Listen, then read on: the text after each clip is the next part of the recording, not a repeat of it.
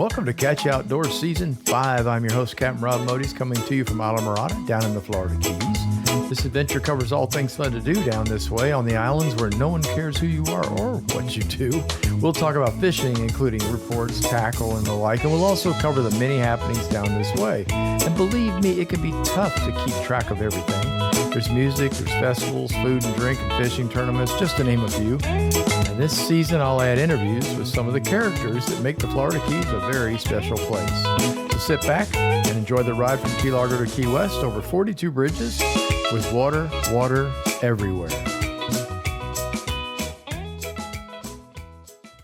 Hi, folks. Episode 224. For March 5th is when you'll be listening to this. I'm recording it a couple of days before that because things are really getting in the way right now. We'll get into that in a minute. As mentioned a couple of weeks ago, I'll tell you, we're in the middle of spring break and snowbird season. It's all good here in the Florida Keys. It really is. It's a madhouse, but it's good. This will most likely be will be a short podcast. There's some good stuff to report on, but I purposely avoided an interview this time around just because we've got this move taking place to the new house on Saturday, this coming Saturday, the 7th. And we're busy packing. So the current house is in a state of movement right now. That's what I'm going to call it.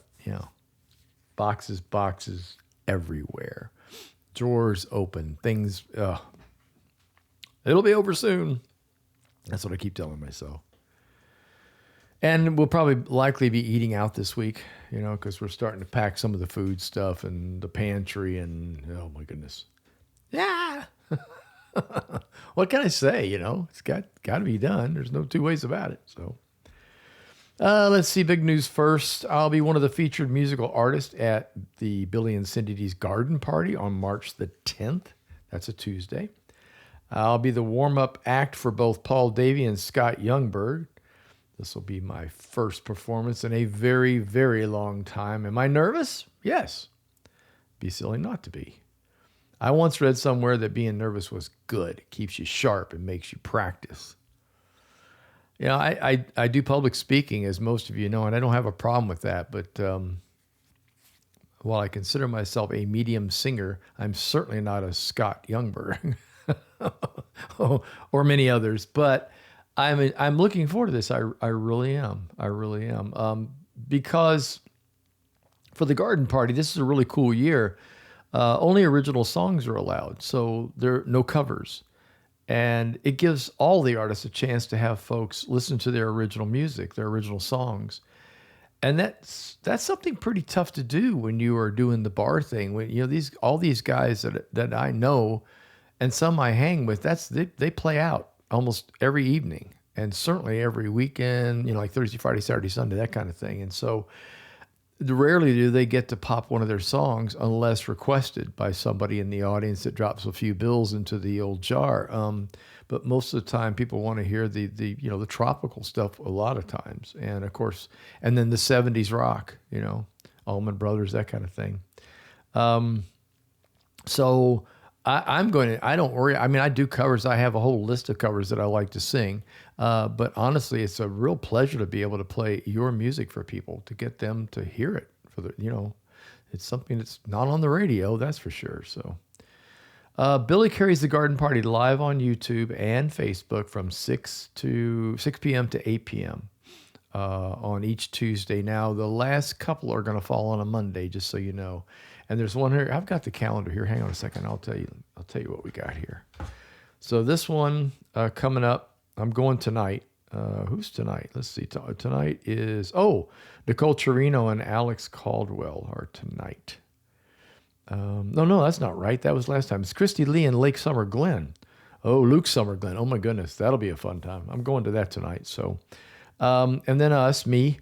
Then let's see, Tuesday the 17th, Tuesday the 24th, the 31st, Tuesday too. So the last three fall on a Monday, April 13th, April the 20th, and April the 27th.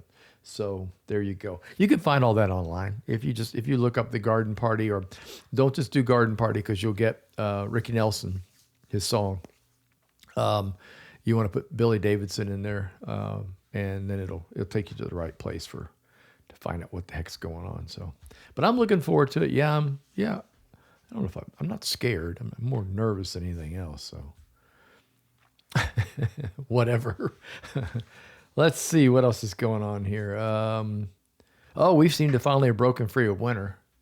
That's definitely worth talking about. Good Lord, we had what I would consider the worst winter down here that I have seen in years. The coldest it's been in years. We had a huge snook kill back in 2010, if I remember right. So here we are, all these years later, and it was just brutal. Was that 2010? I think that's right. It sounds right.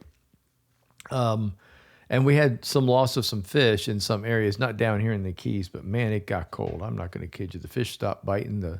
All of us stopped going anywhere. In our house, I've never known a tile floor can get that cold, but it did, even with the heat on.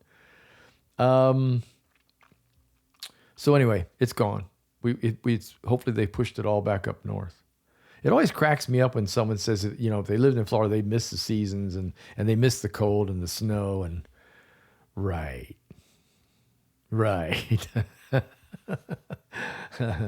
I wouldn't and I won't. Let's just put it that way. It was ridiculous this winter. We had 3 big fronts come all the way through, not just pieces of fronts, but all the big ones that passed all the way down to Cuba. And a couple of times we had high 30-degree mornings with wind chills factored in. You could see your breath.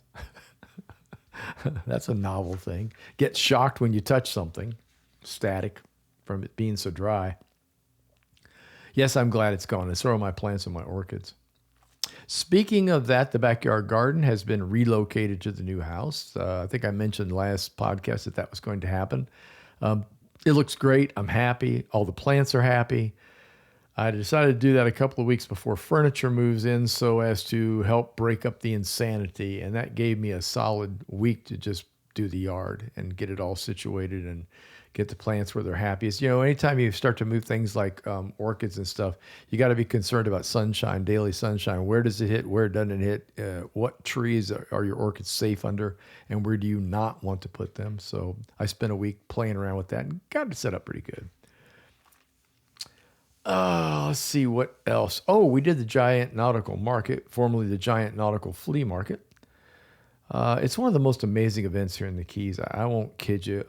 Anything you're looking for that has anything to do with boats, outside living, is going to be at this thing. And it is huge. Giant is the word they use. I'll call it huge. It takes up almost the entire Founders Park. Absolutely amazing. You keep walking and you think it's going to end, and it just keeps going on and on and on. And we've been every year, so we couldn't miss it this year. We decided to do it on Sundays. I think I mentioned this last week when I was talking about doing it. The secret now is go on Sunday morning. It's much easier to find parking. It's easier to get in. Saturday is a zoo, but if you want that, or if it's the only day you can go, then go early. So we saw old friends. We contained ourselves from buying too much, buying anything really. We're already moving stuff, right? What's the point of adding more aggravation? Yes, it's really good deals. I will say that, but I can wait till next year. I did get a really cool American flag for the boat. It's on its own, on its own little mast, and it'll temporarily mount in one of the rod holders, like the rocket launcher holders on the back of the seat, so I can display the colors while I'm on the boat. Go USA, rah rah.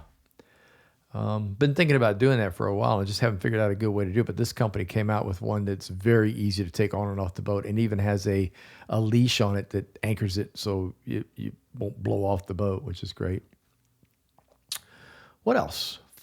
Food. We did a couple of dining outs, but not much. We have been pretty good about staying home and eating until we start packing, and then we can't find anything. So now we have to venture out. This week's going to be a lot of dining out, I think.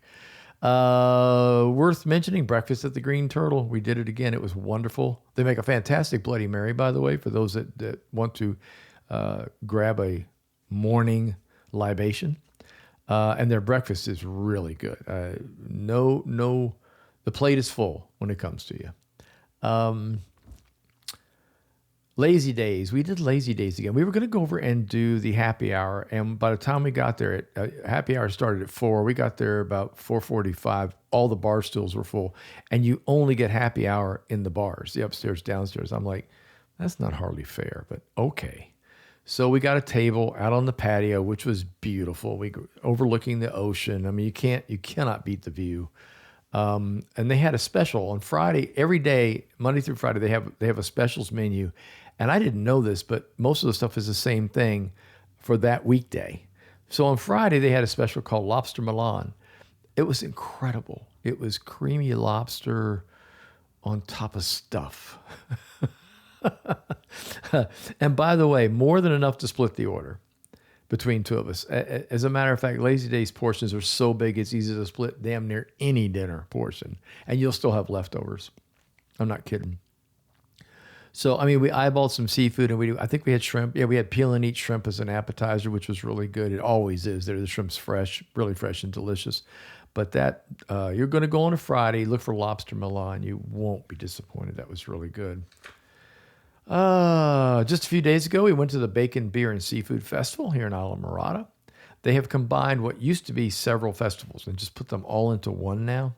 Wow, it was crazy. There were a lot of people, a lot of booths, live music. It was really, really good. Actually, I had a great time. People complained that there was a lack of bacon. There was. It was kind of funny. There was bacon in places, but it wasn't what you'd really expect at a bacon and beer festival. So I'm sure they'll work on that again, work on that next year. This is really kind of a thing that sort of came together out of necessity because there were several festivals going on. And they're like, why in the world are we doing this when we could just do it all in one shot? Plenty of beer, plenty of seafood, and the bacon that was there was absolutely delicious. So, meat was there, MEAT, which is one of the restaurants near us. Ooh, they had a bacon hamburger or something slider. It was crazy. Oh, and the Coconut Cowboy played there. He's fantastic. He and his band are fantastic. If you get a chance to see the Coconut Cowboy while you're anywhere in the Keys, playing out at any of the bars or locations or at festivals, go see him. He is a ball of fire. I was stunned when I found out he's in his early 70s. I was like, you got to be joking me. He don't act like it. And he's got a great voice, and he does great covers. He does, a lot of tropical stuff, the typical Jimmy Buffett type things that are done more rock style. But what's really good is when he breaks into the old Creedence songs and Lynyrd Skynyrd and that kind of stuff. Man, he knows how to play guitar. Let me tell you what. So and he keeps the whole place dancing. So look that guy up, Coconut Cowboy. What else have I got going here? Reminders of up-and-coming events. Key West Orchid Festival is March 6th through the 8th. March 6th through the 8th. Let's see, I'm recording this on the 3rd. You're going to listen to this on the 5th. Yeah, so you got time. At the West Martel Fort on the beach. If you don't know where that is, look, it's hard to describe. At the very, very end of Smathers, all the way down the beach to the west, there's a fort. You probably drove right by it and didn't even notice it. It's one of 3 forts. 1, 2, 3. I think there's 3 on the island, if I'm not mistaken. So it'll be there. Just look up the West Martel, and you'll get it. What else? Oh, the Marathon Seafood Festival. Speaking of food, March 14th and 15th. This is the 50th annual at the Marathon Community Park. We've been. It's great. A plate of food, I don't know what they'll charge, $20, $25. It could be as much as $30. I'm not really sure. I don't remember. I just know that the plate of food was worth $70 or $80 that you got. It'll be stone crab, lobster, all kinds of fresh fish, whatever the commercials bring in, as well as, corn on the cob and all the usual accoutrements. I believe they had cornbread too last year, if I'm not mistaken. Maybe I'm imagining that, but anyway, it is a really fun event. Lots and lots of vendors. If you're looking for something, you're down here as a snowbird and you're staying for the month, don't miss it, because there's lots of local shops represented at this place in the tents, in the big tent area. And you can take home souvenirs to your friends and yourself. So, but not to mention the best seafood around it. It's really great. Fresh caught and provided by the commercial fishermen of our area. Again, that's on March 14th, 15th at Marathon Community Park. I haven't mentioned fishing for a reason. Even though the weather is nearly perfect, this moving thing got in the way. And you all know that because I already told you that last podcast 2 weeks ago. I'll return to the water as soon as possible. I promise. It's eating away at me, but I got way too much to do to get ready for this thing. So, and that's how it is. In the meantime, everything's biting. All you have to do is get online and search fishing reports from the Florida Keys, or to be even more specific, if you're going to visit a certain area, then obviously mention where you are, whether it's Key Largo, Islamorada Marathon, Big Pine, just put in that along with Keys, and that'll get you local fishing reports. But right now, reading the reports that I've seen, as well as the TV reports that come on our news in the morning, we actually have fishing reports, by the way, on Channel 10. It's just been out of this world, and people are just raving over everything. Sailfish are still around. Sailfish are around. People are getting mahi, all kinds of fun stuff. Great big wahoo. So go. I wish I was. I'm going to save music happenings until next podcast, so in 2 weeks. There are a bunch of good shows coming up down in Key West, which I'll cover and kind of give you a big rundown of all the tickets that are on sale and who's doing what where, because Key West is just covered up in music coming up. And then also we've got the monster of all monsters, the Songwriters Festival, the Key West Songwriters Festival is coming at the very, very end of April into May. It's like usually the last day or two of April into the first few days of May. And they've just started to release the artist. Not the ticketed shows yet, but we're getting close to that. So I kind of wanted to hold off on it this time around until I get a little more information to give you for that. Also, I mentioned earlier in the podcast, I'm working on an interview. I've got a local here that I'm interested in. I got a couple things actually I'm interested in. So I will be pursuing that and try to get that done for the next podcast, because I think I've skipped the last two. And I'm trying to do it at least every third podcast, get somebody in to talk to. And the local people here are so cool. It's a struggle sometimes to get them in. They know about it. They want to do it. It's just they also have schedules they have to keep. And it's just, moving to the new house will be great. The new house will open up an opportunity for more recordings at different times. It was really, really difficult at this house as it is. Like today, all the garbage pickup was this morning. So I waited until this afternoon to do this, because otherwise you'd hear nothing but clanging and banging and bells whistling and trucks backing up. So, but where we are now is going to be a whole lot quieter and more opportunities for being able to record when I record. I'm also toying with the idea of doing Bit and Pieces podcast, recording some of it earlier and some of it right before. So I may increase the size of the podcast that way. We'll see. I still got this damn move to get out of the way, and then once I get to that, everything will be good. Everything will be very good. All right. Let's see what we got next. Oh, okay. Yeah. And now it's time once again for useless information. And now, from the original book of useless information. You are a reject. You are useless. You can get a job down here cleaning toilets. Here's your host, Captain Rob Modies. Well, he swears up and down he's useless, but he might be all right eventually, but completely useless. With useless information. Okay, here we go. The chicken population of the world is more than double the human population. That definitely applies here in the Keys. Turkey skins are sometimes tanned and used to make cowboy boots and belts. I did not know that. The pheasant originated in China. The roadrunner is a member of the cuckoo family.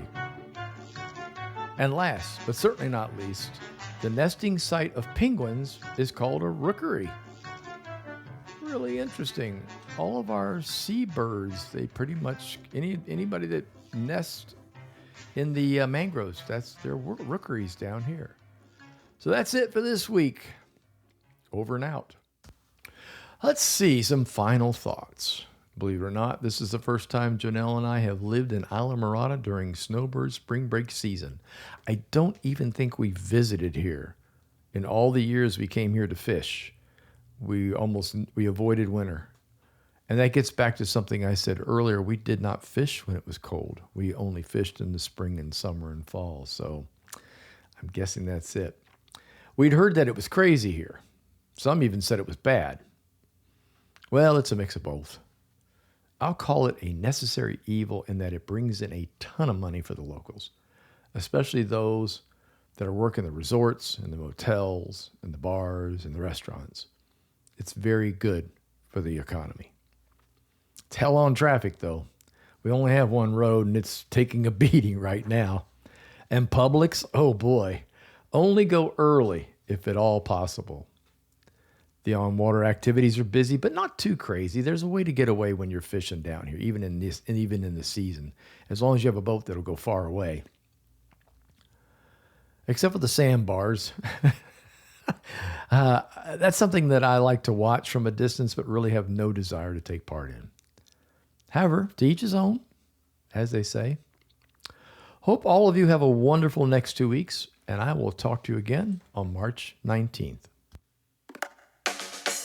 Thanks so much for tuning in. I hope you enjoyed the podcast. I'll be back in 2 weeks with another edition of Catch Ya Outdoors. If you don't want to miss an episode, you can go to Spotify and become a follower of Catch Ya Outdoors. You can also hit the subscribe button on just about any streaming site. Spring is almost upon us, so do your best to spend as much time as you can outdoors.